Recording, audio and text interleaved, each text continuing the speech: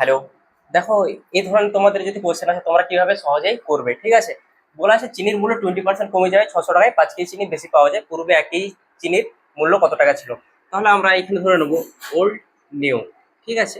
আগে চিনির মূল্য যদি 100 টাকা হয়, এখন চিনির মূল্য কত টাকা? 80 টাকা, কারণ 20% কমে গেছে। এই যদি রেশিও করি তাহলে কি 5:4, তাদের প্রাইসের রেশিও আমরা করে দিলাম। আগে আমাদের 5 টাকা হলে এখন আমাদের 4 টাকা।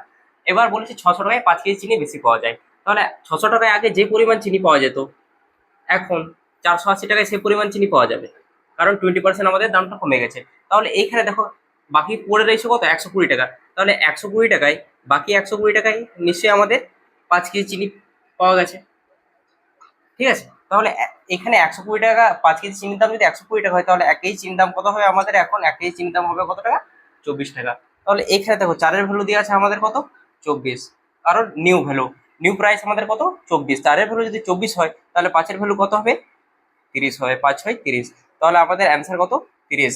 পূর্বে 1 কেজি চিনির মূল্য কত ছিল? 30 টাকা। ওকে।